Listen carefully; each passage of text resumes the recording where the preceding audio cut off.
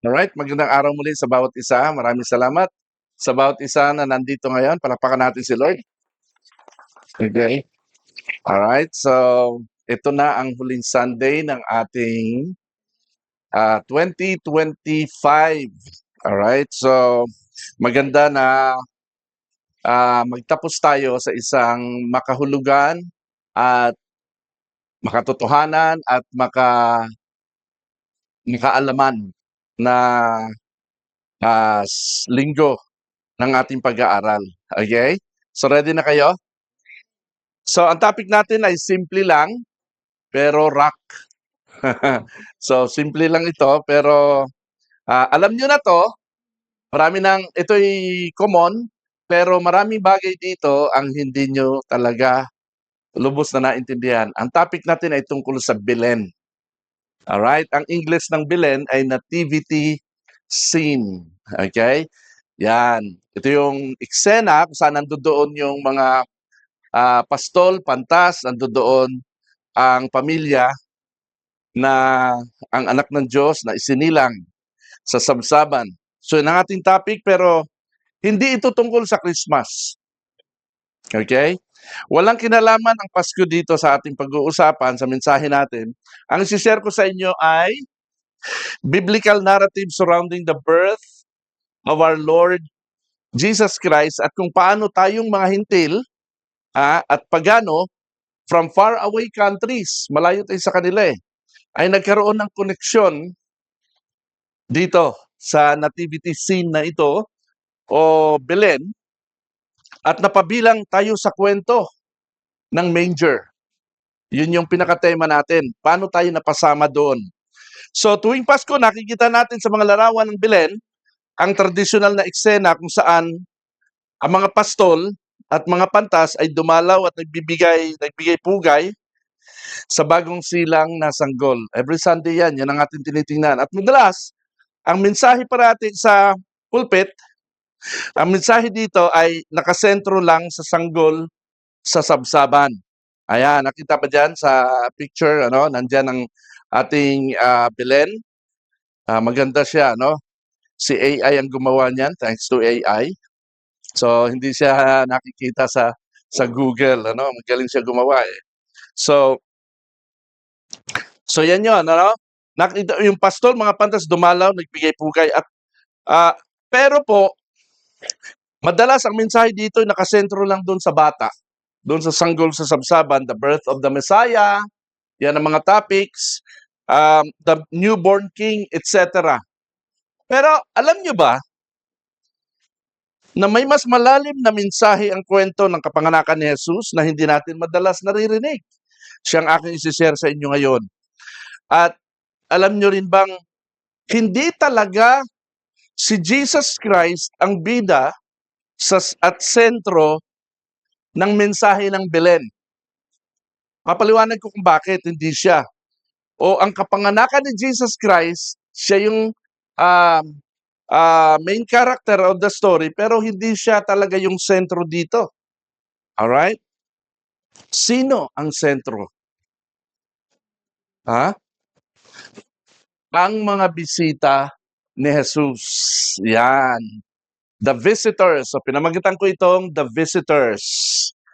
Alright? So, sino-sino ang mga bisitang ito?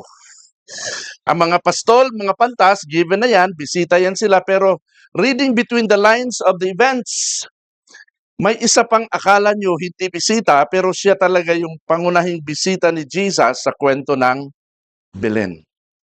Alright?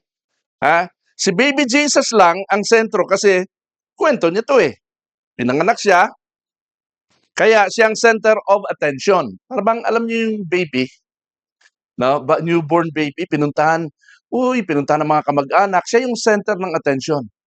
Pero may kwento sa paligid ng pagkakapanganak ng baby na yon na hindi madalas na pag-uusapan. So, ang main characters na gumanap sa storya ay ang mga bisita talaga.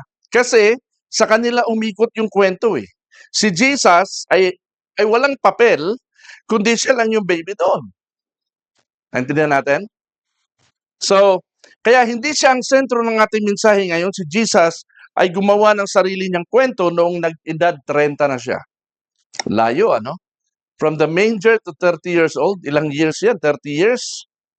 Noong nagsimula siya sa kanyang misyon, doon pa lang namayagpag ang pangalan ni Jesus. Tama? But for now, sa Belen, titingnan natin ang mensahe sa likod ng kwento ng mga bisita. Timely ito dahil hindi ito maganda pag-usapan o itapik sa ibang mga panahon kundi sa mga ganitong kapaskuhan lang. Pero hindi natin topic ang Pasko. So tingnan muna natin ang mga sitas ng ating teksto. So una sa Lucas chapter 2, no? Babasahin ko yan, niluktaw ko yan, para lang makuha natin yung pinaka-gist nung sinasabi ng verse. So ang sabi diyan, habang sila'y nasa Belen, sumapit ang oras ng panganganak ni Maria. Isinilang niya ang kanyang panganay na isang lalaki. Binalot niya sa lampin ang sanggol at inihiga sa isang sabsaban sapagkat wala ng lugar para sa kanila sa bahay panuluyan. Doon ay may mga pastol na nasa parang at nagbabantay sa kanilang mga tupa ng gabing iyon. At tumayo sa harapan nila ang isang anghel ng Panginoon at nagliwanag sa kapaligiran nila ang kalwalhatian ng Panginoon. Ganoon na lamang ang kanilang pagkatakot. Isinilang sa inyo ngayon sa bayan ni David ang tagapagligtas, ang Kristong Panginoon. Ito ang inyong palatandaan. Matatagpuan ninyo ang isang sanggol na nababalot ng lampin at nakahiga sa isang sabsaban. Umalis ang mga pastol na nagpupuri sa Diyos at nagpapahayag ng kanyang kadakilaan dahil sa lahat ng narinig nila at nakita ayon sa sinabi sa kanila ng anghel. Yes, amen. So yan po ang mga pastol, no? Yan ang sitas ng mga pastol. Ngayon, punta naman tayo sa mga talata kung saan nandoon ang mga pantas. Alright? So magkaibang grupo to. Sa Belen, sa nativity scene, madalas nakikita natin, akala ng iba, iisang grupo sila. Pero, magkaiba silang grupo. So doon sa ating binasa, nandoon lang nearby, sa birthplace ni Jesus, yung mga pastol. Madali lang nilang puntahan. Tapos tinukoy pa ng anghel kung ano yung palatandaan. Nakabalot ng lampin. No? So kumbaga, tumbok na tumbok nila ang lugar. Ngayon, gusto ko kayo naman ang bumasa sa pangalawa. Ito naman, pag-usapan natin ang mga pantas. Mateo 2:1 hanggang 2, verses 9 to 12. Okay? Ready? Go. Panahon ng paghahari ni Herodes sa Judea nang ipinanganak si Jesus sa Bethlehem. May mga pantas mula sa silangan na dumating sa Jerusalem. Nagtanong-tanong sila, nasaan ang ipinanganak na hari ng mga Hudyo? Nakita namin sa silangan ang kanyang bituin, kaya't naparito kami upang siya'y sambahin. Pagkarinig sa bilin ng hari, sila'y nagpatuloy sa paghahanap. Ang bituin na nanguna sa kanila mula pa sa silangan ay tumigil sa tapat ng kinaroroonan ng bata. Ganoon na lamang ang kanilang kagalakan nang makita ang bituin. Pagpasok sa bahay, nakita nila ang bata sa piling ni Maria na kanyang ina. Nagpatira pa sila at sinamba ang bata. Inihandog din nila sa kanya nilang ginto, insenso at mira. Nang papauwi na ang mga pantas, nakatanggap sila ng babala sa pamamagitan ng panaginip na huwag nang bumalik kay Herodes, kaya't nag-iba na sila ng daan pauwi. Amen. Maluwalhati ang Diyos sa kanyang salitang ating binasa. Palakpakan natin si Lord. Let's pray. Lord, marami pong salamat, O Diyos, aming Panginoon, sapagkat sa mga sandaling ito, muli mong nire-refresh ang aming diwa, ang aming isip, ang aming kamalayan sa mga naganap nung unang araw na sinugo mo sa daigdig ang aming tagapagligtas. Maraming salamat, Panginoon, sapagkat sa oras na ito, bibigyan mo kami ng mas malawak, malalim na pagkaunawa hinggil sa bagay na ito na madalas pinag-uusapan tuwing Kapaskuhan. Maraming salamat, ikaw magbigay linaw, ikaw magbigay ng iyong gabay sa amin sa iyong luwalhati, Ama, sa pangalan ni Jesus. Amen. Yes. So kung susuriin yung mabuti po yung ating binasa, contrary sa ating nakagisnan, ang pinakaunang visitor dito ay sino? Ng Diyos. Ang unang bisita, the most important visitor is God. Tulad ng pagtatayo ng isang gusali, ang architect, yung pinakaunang bumibisita sa lugar na pagtatayuan ng struktura. Tama? Siya ang nagpaplano, nagde-design, at nag-uutos para maisagawa ang plano hanggang sa makumpleto ito. So bago pa manganak si Maria, bago pa dumating ang mga pastol at mga pantas, si God muna. Ang tawag dito ay divine visitation to humanity. Yan. Ano? Hindi lang si Jesus Christ ang dumating sa sangkatauhan, kundi pati ang Diyos. So ang Diyos ang unang dumalaw sa sangkatauhan upang ihayag ang kanyang dakilang plano, ang kanyang dakilang pag-ibig sa tao sa pamamagitan ng pagsugo sa kanyang bugtong na anak na magbabayad sa ating kasalanan. Now, tingnan natin ang gist ng mensahe na gusto kong sabihin sa atin dito. When God decided na isugo ang kanyang anak, hindi natin hiniling yon. Walang nagpray na, Yahweh o Diyos, ipadala mo ang iyong anak para tubusin kami. Wala. Kusang loob. Ang unang gumawa ng hakbang ay sino? Si God. Siya lang nakaisip noon. Sa madaling salita, when it comes to salvation, the message is, si Lord ang unang gumagawa ng hakbang para maligtas yung tao. Hindi ang tao. Kaya nga, salvation is by grace. Hindi natin ginusto yun. Wala tayong alam dito. Bigla na lang. Talaga ba?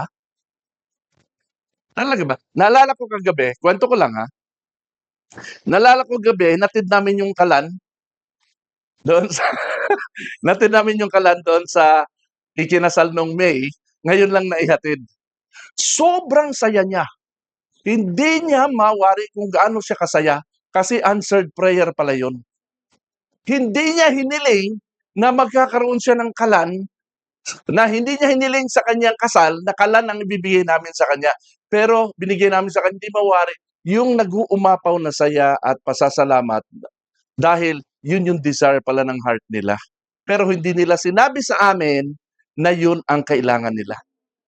Ngayon, no? Pero during that time na kinasal siya, hindi pa niya yung kailangan. Pero ngayon, kailangan niya na. Just in time. Just in time. Sobra niyang pinagmalaki yun sa mga member niya. Alright? Si Lisa ay batang pastor, lang taon lang siya. 23. Nag-asawa ng Amerikano. Okay? Pastora siya ng church. Alright? Anyway. So, ganun yun, Unexpected. Everybody say unexpected. Ang Diyos ipinakabida dito sa buong kwento ng kapanganakan ni Jesus.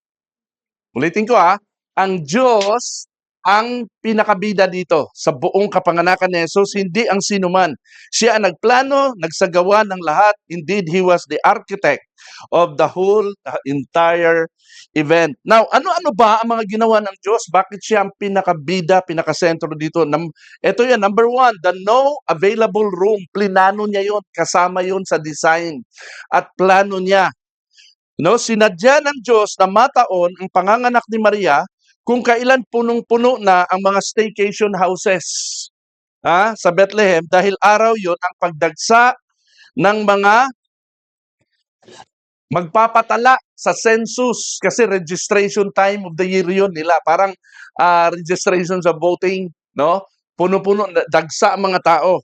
So yung mga staycation houses, mga room, walang available. Sinadya pa talaga ng Diyos na kung kailan walang available room para manganak si Maria doon, Design yun.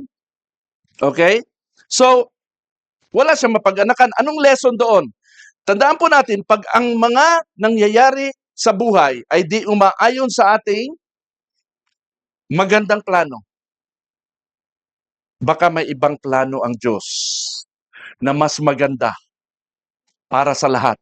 Maaring hindi maganda para sa iyo, pero baka mas maganda para sa lahat. Amen po ba?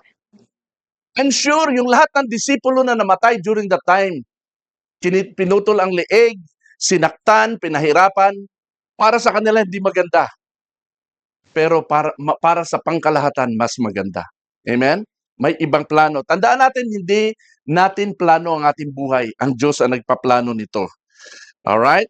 So, kailangan ready ka lang. Sabihin mo sa iyong katabi, ready ka lang sa hakbang ng Diyos.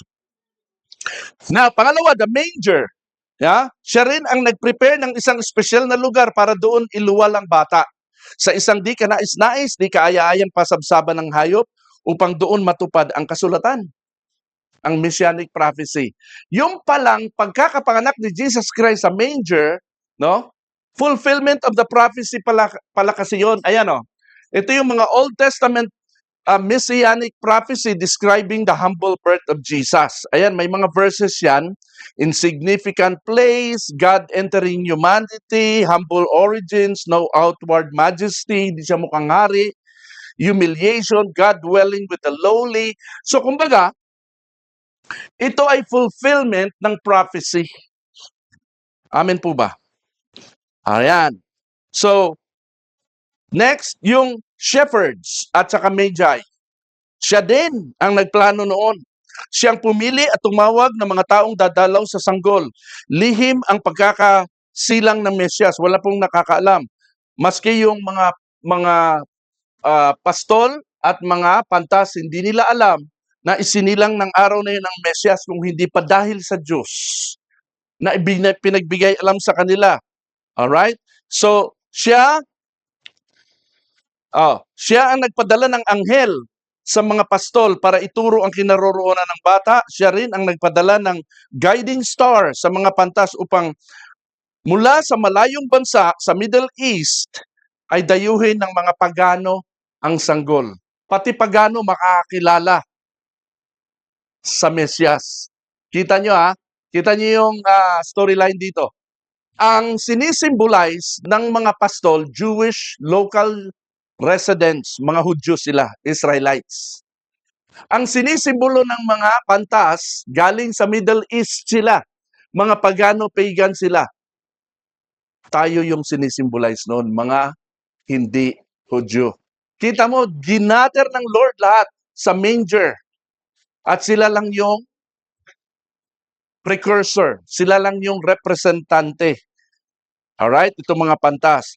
And then, siya din ang nag-orchestrate nito. Siya ang nag-utos sa mga magi sa panaginip na magbalik kay Herodes. At mag-ibang daan sila pauwi sa Middle East para maiiwas ang bata sa pamamaslang ni Herodes.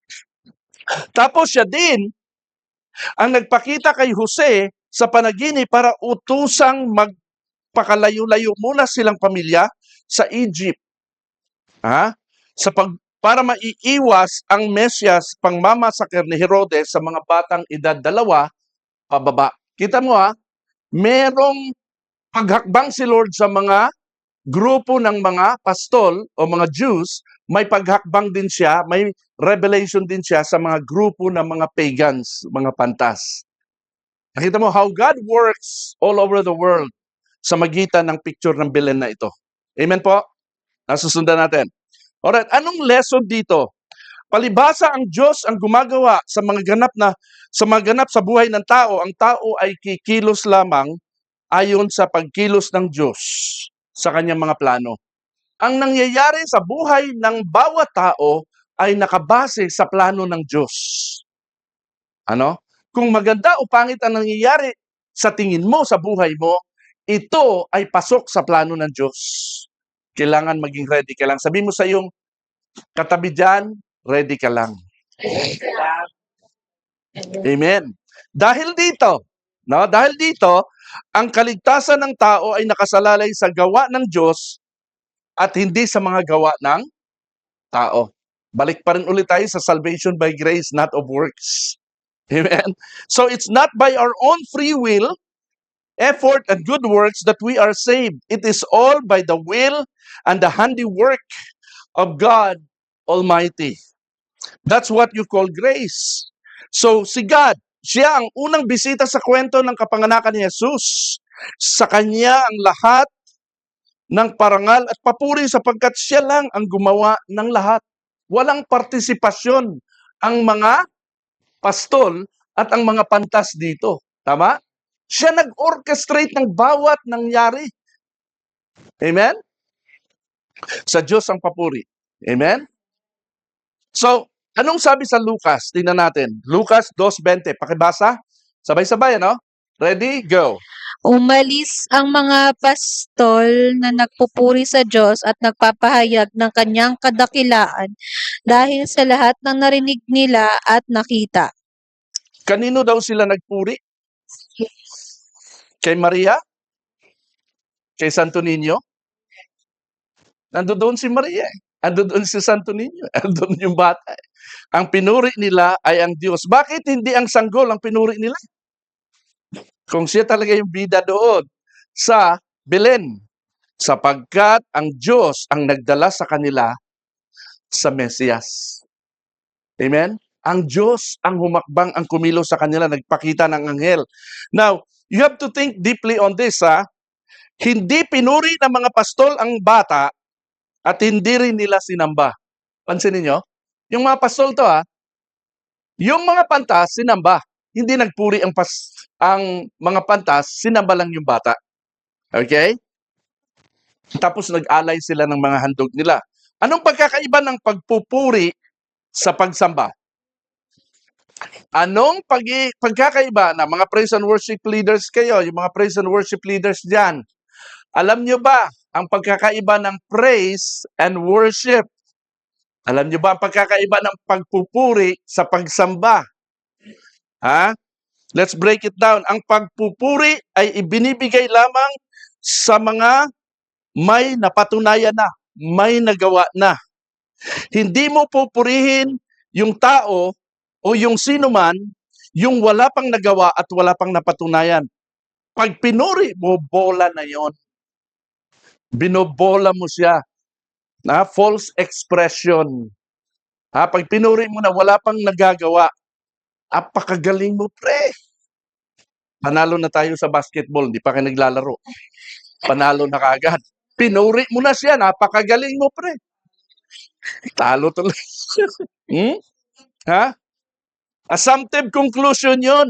Hindi pa kayo naglalaro, pinuri mo na siya. Naku, napakasarap magluto yan. The best yan, magluto. Papuri yon.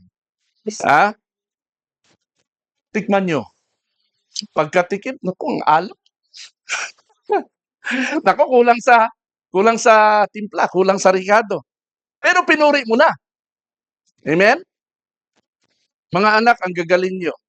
Jelby, J-Ben, napakagagaling nyo. No? Pinuri na. Sigurado kayo ang valedictorian pag gumraduate kayo. Eh, hindi nangyari. So, wala pang napatunayan, wala pang nagagawa, pinuri mo na. Maraming Kristiyano, pagdating sa praise and worship, hallelujah, napakabuti mo, O Diyos. Lahat ginawa mo, pero hindi niya nararanasan yung sinasabi niya. Naintindihan natin? Wala pang nagagawa ang Diyos sa kanya kasi hindi siya namumuhay ayon sa salita ng Panginoon. Pero pagdating sa church, magaling siya magpuri. Naintindihan natin? So ang pagpupuri ay ibinibigay lamang kapag may nagawa na, may napatunayan na. Amen? Yan ang pagpupuri. Now, kaya ang Diyos, ang pinuri nila, dahil ang Diyos ay naranasan na nila, nagpadala sa kanila ng anghel. Sa kabilang banda po, ang mga pantas hindi nagpuri sa Diyos, pero sinamba ang bata. Sinong sinamba? Yung bata. Bakit hindi ang Diyos ang sinamba? Hindi nila kilala ang Diyos na Yahweh. Pagano sila eh. From the Middle East sila. Hindi nila Diyos si Yahweh. Pero nabasa nila sa kasulatan na yung batang isisilang ay Diyos. Nagkaroon sila ng faith doon.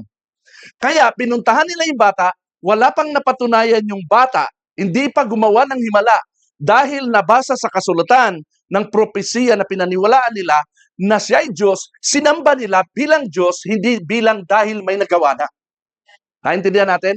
So ang pagsamba pala, whether or not may gawing mabuti sa iyo ang Diyos, maraming mga tao, Lord, sinasamba kita dahil napakabuti mo. No. We don't worship God just because God is good. We worship God because God is God. Amen? Regardless kung ikay mamamatay sa sakit, regardless kung ikay mamamatay sa disgrasya, God is still God. It does not may change the fact that He is God.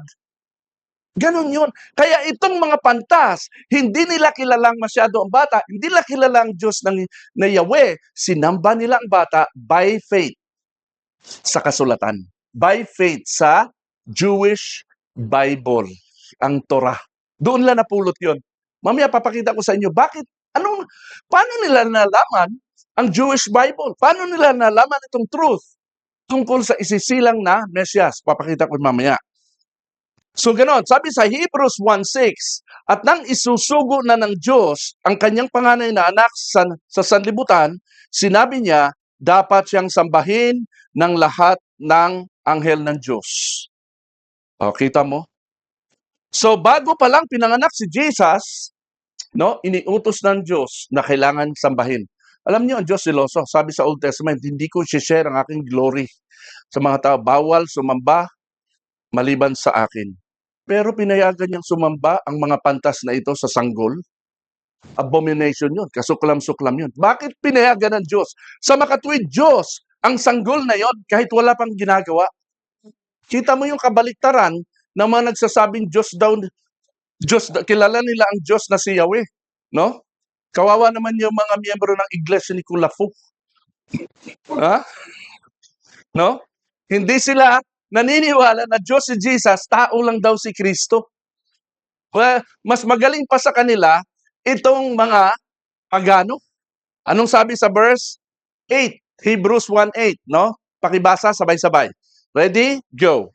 Ngunit tungkol sa anak ay sinabi niya, ang iyong trono, o Diyos, magpakailanpaman, ikaw ay maghaharing may katarungan. Kita mo? Ang Diyos mismo ang tumawag ng Diyos sa kanyang anak. Amen? Okay. Ito po.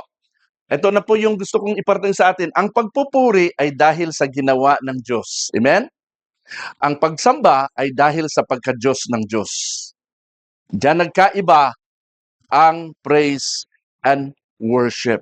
So when you prepare to make praises and worship, kaya nga yung kanta natin, ganda nun ah.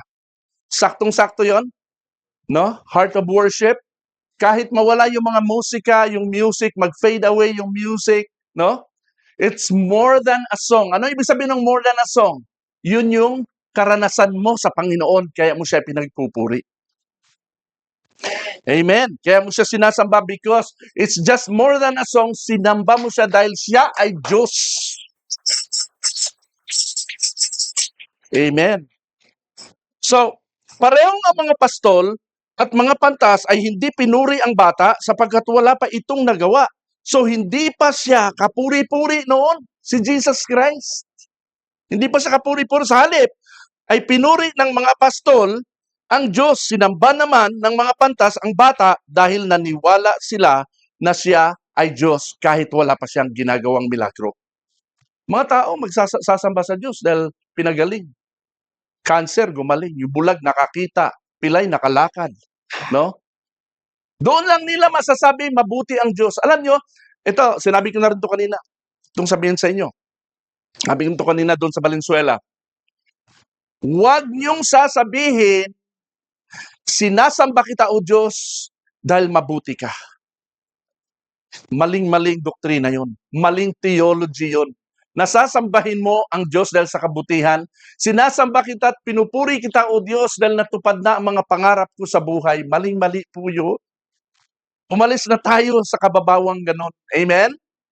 Tingnan natin ang larawang isinagawa nitong mga pastol at pantas na ito. Amen po ba? Now, ang buong mundo ngayon nagse-celebrate ng Pasko. Now, ang Pasko ay nakatalaga sa date ng December 25. Pero alam niyo po ba walang date of birth si Jesus? No? Bakit walang date of birth si Lord? How come sa dinami-dami ng sumulat ng New Testament at di mabilang na mga non-canonical, pag sinabing non-canonical, non-biblical, mga other writings ng mga Jews, ancient books, at saka mga literatures, at maraming Jewish historians, no, na itala ang mga pangyayari sa kanilang bansa tulad ni Josephus po noong 1st century AD, may record tayo ng mga sinulat nila, pero ni isa sa kanila walang nagsulat ng petsa ng kapanganakan ni Lord. Hindi na itala, hindi na i-record. Paano nangyari yun? Paano nagkaganon? Panahon yun ng census ng mga Hudyo. Pagka-census, registration, meron date yun. Tama?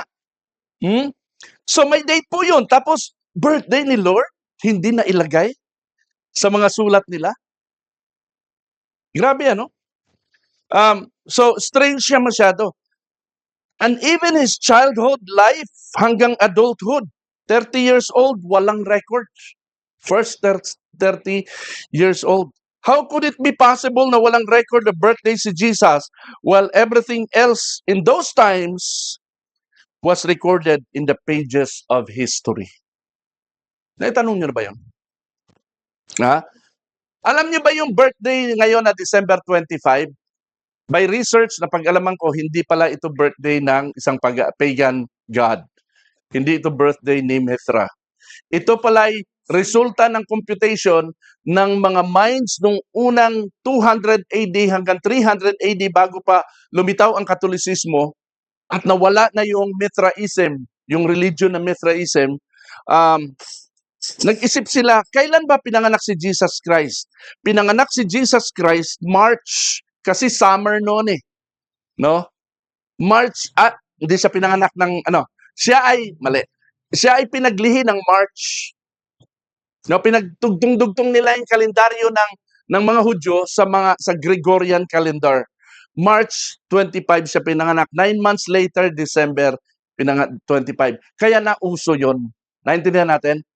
Pero with all honesty, ito pala ay created ng mga Christians, yung December 25. Kaya lang, hindi accurate yung araw na yon. Besides, the baby was the most important person of all. Most awaited king of the Jews to be born in Israel, pero walang date of birth. Kaya nga siya dinayo ng mga foreigner na pantas who came from the Middle East. Alam nyo gaano kalayo yung tinawid nila?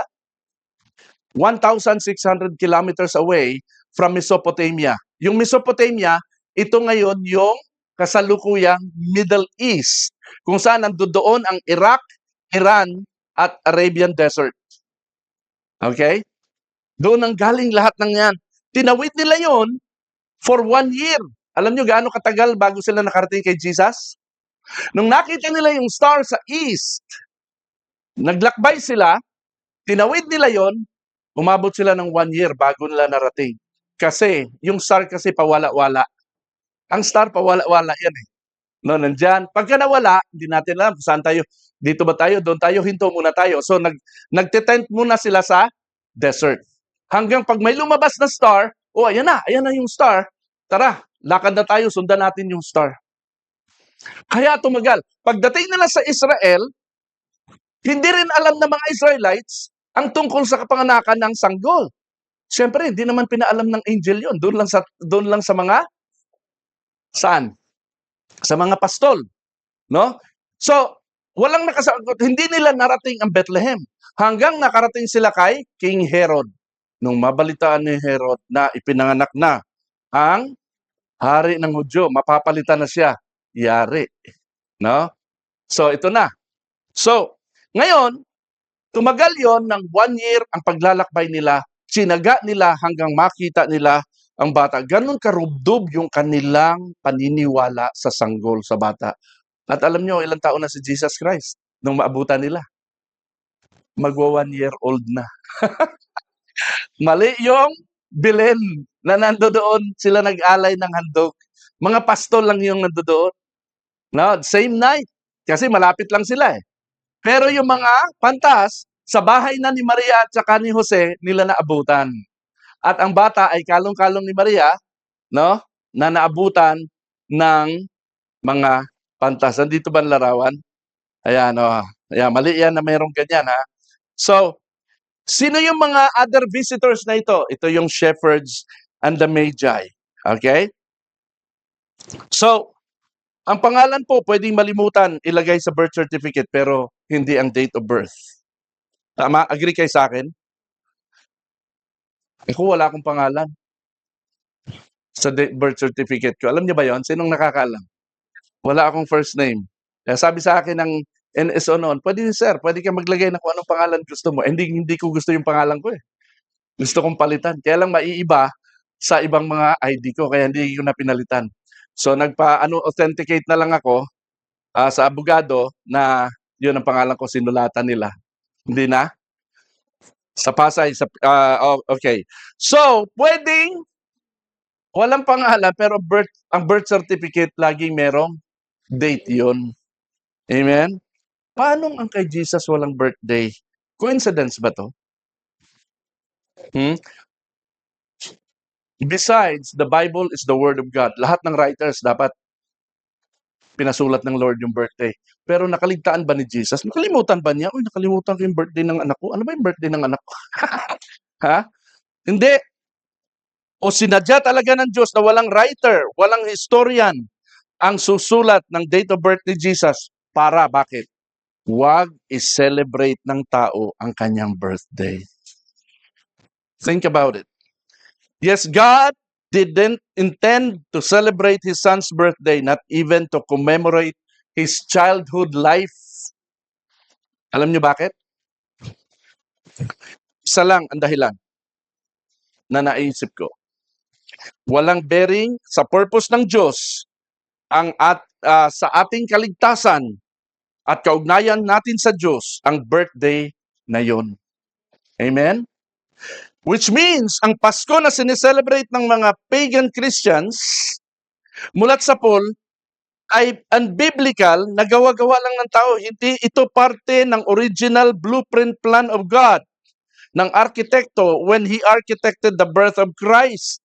Ang ating relasyon kay Kristo ay wala sa kanyang babyhood, hindi sa kanyang childhood, kundi later after 30 years. Doon pa lang nagsimula ang totoong kwento ni Jesus na ibig ng Diyos sa atin dahil yun ay may kinalaman sa ating buhay, kaligtasan at relasyon sa Kanya. Doon lang sa 3.5 years of His life. Life, death, resurrection, ang gusto ni Lord na i-celebrate natin. Amen? Ano yung kanta? Celebrate, Jesus, celebrate. He is risen. He is risen. And He reigns forevermore. Come on and celebrate the resurrection of our Lord. Yun pala ang dahilan bakit walang birthday.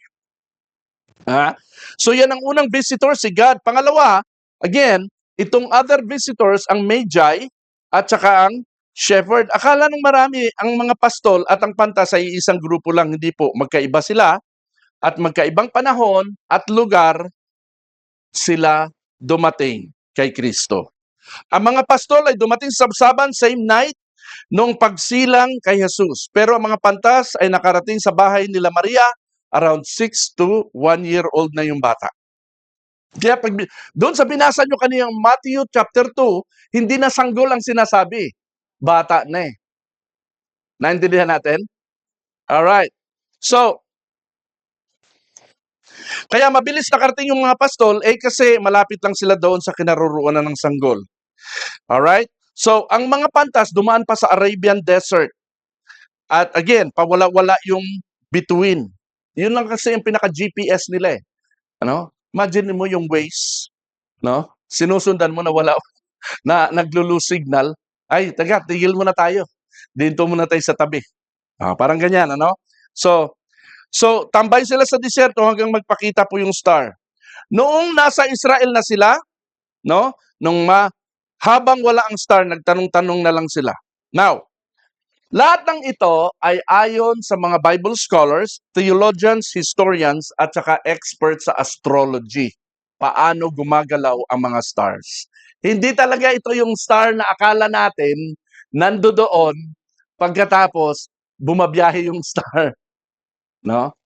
Ito'y paano lang nila binabasa yung bituin kasi astrologers ang mga pantas. Kaya sila tinawag na wise men kasi may pinag-aralan sila. They know how to read stars and the movement of the sky ng mga nandyan sa langit. Now, noong first century, nagkaroon ng ibang pangalan ang mga wise men. Hindi na wise men. Magi. Ah?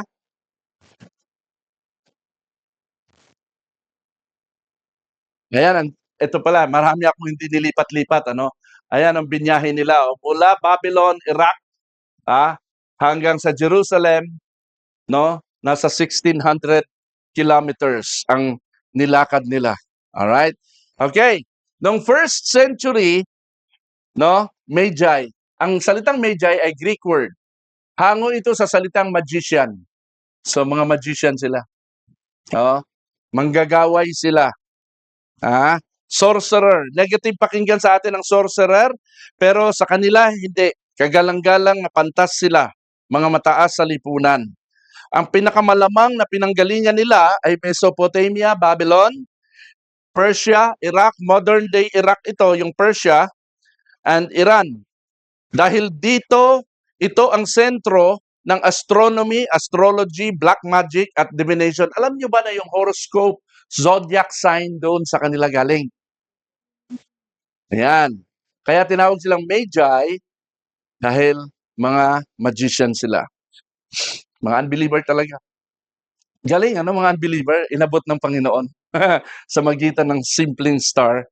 Okay. Nung pagdating na ika-4th century, tinawag na silang three, yung tatlo. Kaya pag binanggit yung three, yung tatlo, no, sila ang tinutukoy. Bakit three? Dahil sa mga gifts. Tatlo kasi yung gifts na binigay nila. Amen? Pagdating na ika-6th century, ang tawag na lang sa kanila ay kings. Alright? Nawala yung three, naging kings. Paglipas ng panahon, napagsama nila yung three kings. At later, pinangalanan sila ng si Caspar, Melchior, at saka si Baltazar. Amen? Nagkaroon ng pangalan. Pero sa Bible, wala silang pangalan. At kung ilan sila, hindi sila tatlo. Alam niyo ba hindi sila tatlo? Ipinagpalagay na lang po ng simbahan na tatlo sila dahil sa tatlong gifts na binanggit ng Bible. Pero ang totoo, marami sila. Ang tawag doon ay caravan. Kasi daw, ayon sa mga historians, every time na babiyahe ng malayo ang mga tao, grupo yan, maraming tao, parang mga motorcycle riders. 100 sila, mahigit sila, basta marami sila, sabay-sabay. Kasi maraming bagahe itong mga pantas na ito pagbibiyahe sa malayo ang biyahe. Alright? And for safety also, mas marami, mas safe. Dadaan sila sa desert eh. So ito'y marami. Tatlo lang kasi yung binanggit na gifts. At hindi sinabi kung ilan. No? So, sila ay karaban. Ayan, ang karaban. Ganyan ang itsura nila. Hindi natin alam kung ilan sila, basta marami sila na naglalakbay. Okay? Now, ang tanong, paano nila nalaman ang pagdating ng Mesyas? Nagbabasa ba sila ng Bible? Meron tinatawag na diaspora. Ang diaspora, ito yung dispersion ng mga Israelites, the spreading of people from their original homeland noong 587 BC. Tinapik ko na ito noon. Nawala sa mapa, nabura sa mapa ang pangalan ng Israel. Sila ay kinubkob, pinatay, tinalo at binihag in exile ni King Nebuchadnezzar. Alright? Ang Babylon, ang pinaka-America ng unang panahon, the most powerful nation ng unang panahon, pinangungunahan ni King Nebuchadnezzar. Sila'y binihag, nagkalat ang mga Israelites. Yung iba napunta sa Egypt, yung iba napunta sa Mesopotamia, sa Persian, yung mga napunta sa Middle East, sa Persia. Yung iba ay mga prophet, yung iba ay mga Bible scholars. Alright? Doon nalaman ng mga pantas ng mga Mesopotamians na merong isisilang na magiging king of the Jews base sa hula sa kasulatan. Nasusundan natin. At sabi doon, merong lilitaw na bituin. Ito ang sabi, pakibasa mga Bilang 24:17. Meron akong nakikita, ready, go. Meron akong nakikita, ngunit hindi pa ngayon magaganap. Nakikita ko ngayon ang mangyayari sa hinaharap. Mula sa lahi ni Jacob ay lilitaw ang isang bituin. Sa lahi ni Israel ay may maghahari rin. Mga pinuno ni Moab ang kanyang lilipunin. Lahat ng mga anak ni Seth ay kanyang pagbabasak. Ito yung sinundan, dahilan bakit binantayan na nila ng mga pantas ang lilitaw na bituin. Uy, wala dati yon. Yung bituin yun, bakit meron ng bituin dyan? Baka ito na yung sinasabi sa Numbers chapter 24. Take note, mga unbelievers to.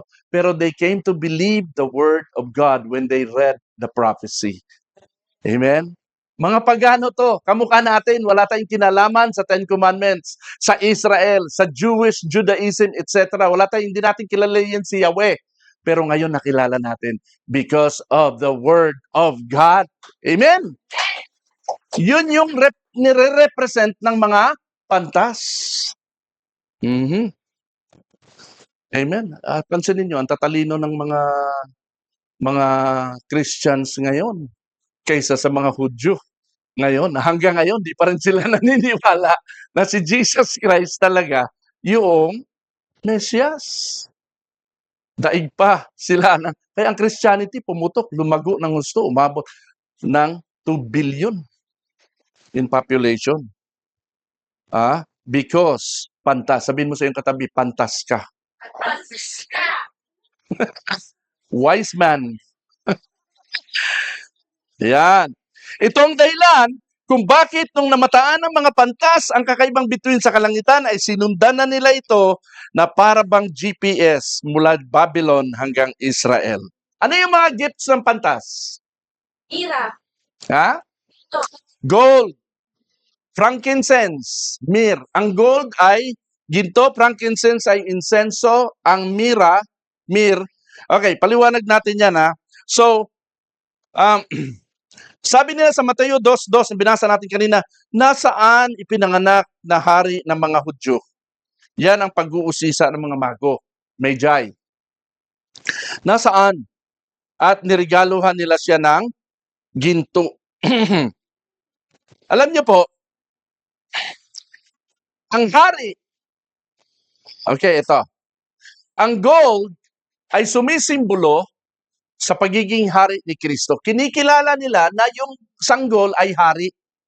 Kapag kinilala mo hari ang isang tao, anong meron? Ang hari ay nirerespeto, sinusunod, at pinag-aalayan ng buhay. Ganon ang hari. Alright? Sa mga bansa na pinamumunuan ng hari, sa mabuhay o sa mamatay, ang mamamayan ay handang magpasakop sa utos ng hari. Kung tinuturing nating hari si Kristo, ito ang simbolo ng gold na yan. Tinuturing nating hari si Kristo, nakaredy tayong mamatay para kay Kristo. Yan ay kung totoong hari si Kristo sa ating puso. Amen po? Jesus is King. Pansinin nyo to, katakataka, naisip nyo na ba to? Bakit? Baby yung kanilang bibigyan ng gifts. Bakit hindi lampin, hindi gatas, at hindi laruan ang binigay? Ba't ang binigay, ginto, frankincense, at saka myrrh? Alright? Pangalawa, Jesus is God. Bakit? Ano bang meron sa insenso? Karaniwang ginagamit ang insenso sa mga altar ng pagsamba sa Diyos kasi may spiritual essence ang halimuyak nito. So tinuturing nilang Diyos si God. Kaya niregaluhan nila ng insenso. Yan ang symbolism dito. Yung myrrh, Jesus is suffering Savior. Ang myrrh, isang sangkap na ginagamit pang imbalsamo at insenso na rin sa patay para matakpan ang hindi magandang amoy. So, mula sa sabsaban, nakikita na nila na ito'y Mesyas, ito ay papatayin, gagawing alay para sa tao. Kaya niregaluhan nila ng ganito. Amen po? Sabi sa John 19 verse 39, nung patay po si Jesus, may isang mayamang nagngangalang Joseph of Arimathea. Alright? Natala din siya sa kasaysayan. Itong si Joseph of Arimathea, kinausap niya si Pontius Pilate. Sabi niya, pwede ba dito na lang sa aking mausoleo? Meron siyang mausoleo eh. Dito na lang ilibing. No? May bato doon na malaki. Dito na lang ilibing ang Panginoon. Si Jesus. Pinayagan siya ni Pontius Pilate. Alam niyo, dinala ni Joseph. Nagdala siya ng 30 kilos ng mira na may halong aloe vera o alo. Dinala niya para kay Jesus. 30 kilo, mahigit kalahating sako, no? Pinaghalong mira at alo. John 19 verse 39.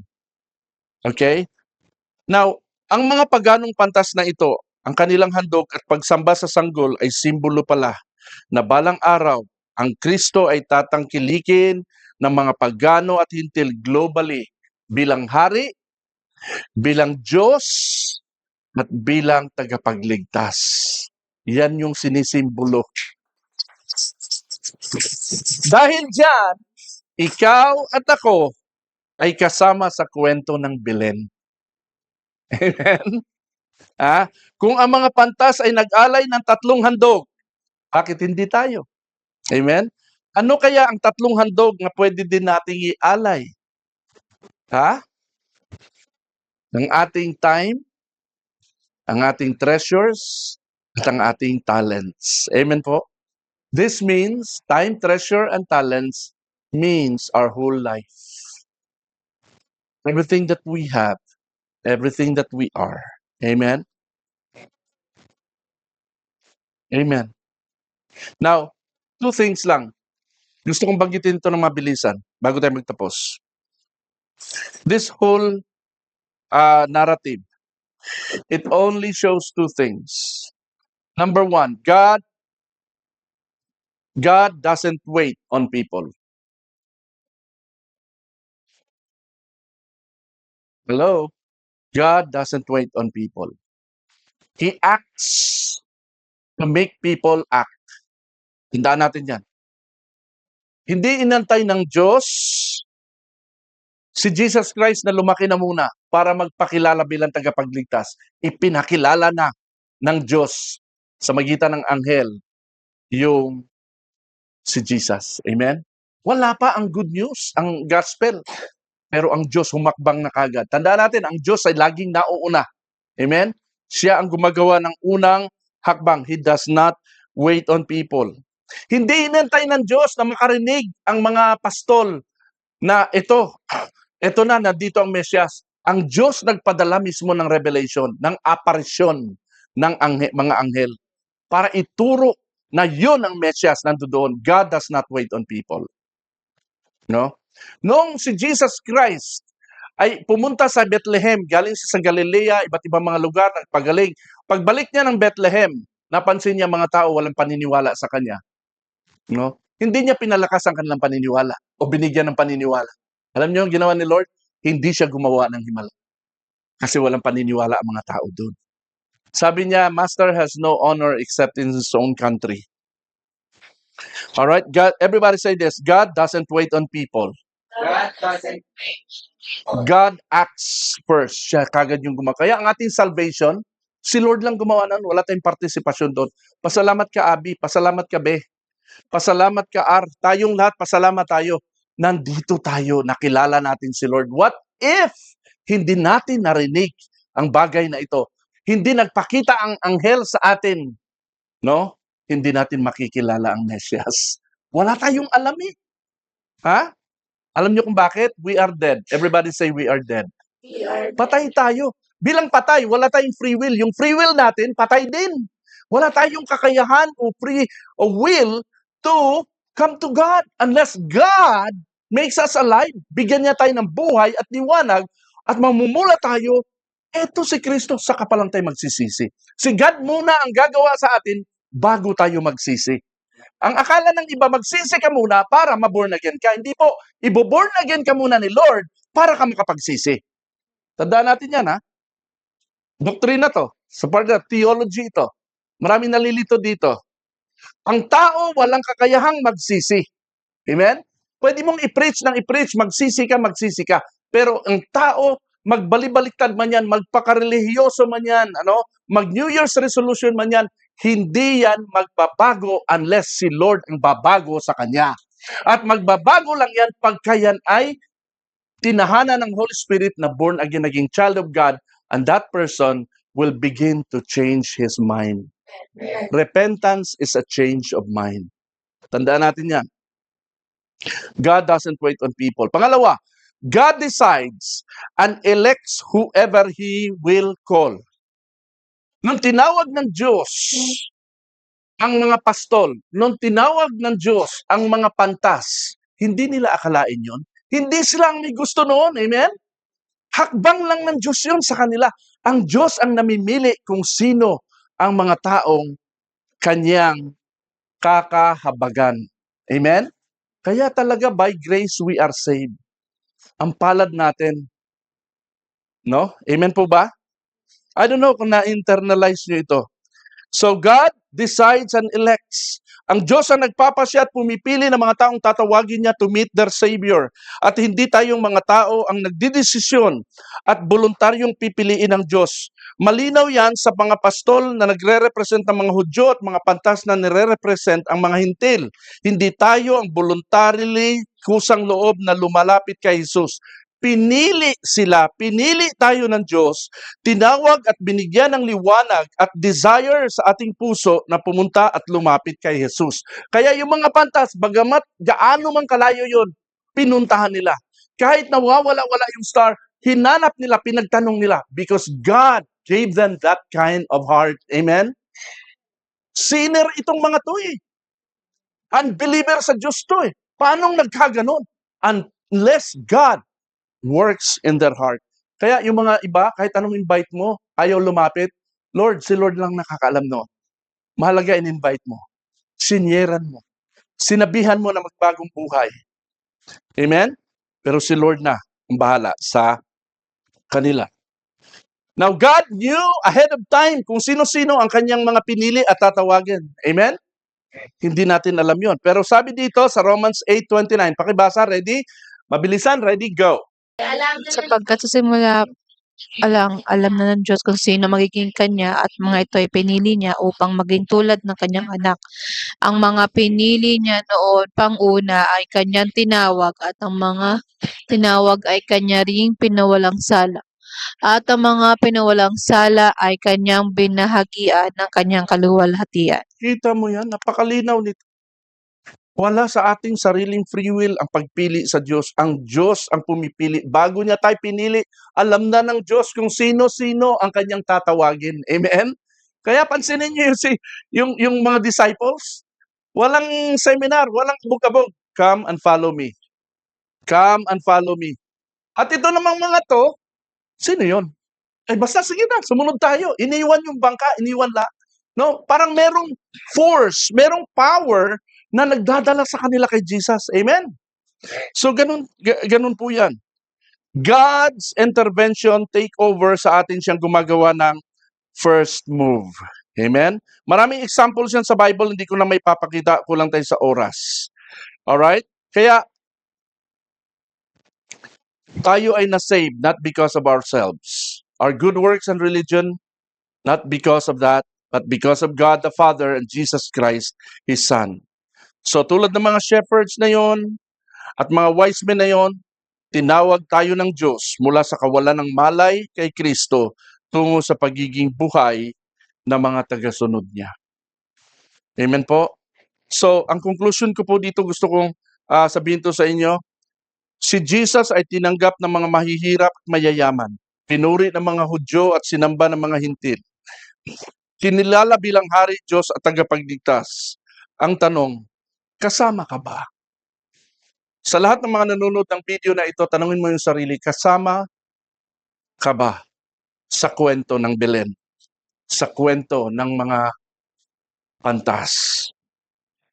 Kaibigan, kapatid, kung ikaw ay hindi mo pa kilala si Kristo bilang Panginoon tagapagligtas, marahil ito na yung time, kaya mo narinig ang video na ito. Makinig ka sa Kanya. Lumapit ka sa Kanya at sumampalataya ka at ialay mo yung buhay sa Kanya tulad ng mga pantas. Maraming salamat sa lahat ng mga nandito at nakapakinig ng mensahe. Dakilang Diyos, marami pong salamat sa iyong kabutihan sa amin sapagkat sa isang oras ng aming pagtatalakay, Ikaw, O Diyos, ang nagturo sa amin at nagbigay ng mensahe patungkol sa panganakan ng iyong anak. Maraming salamat, Panginoon, sa iyong pagkilos, O Diyos,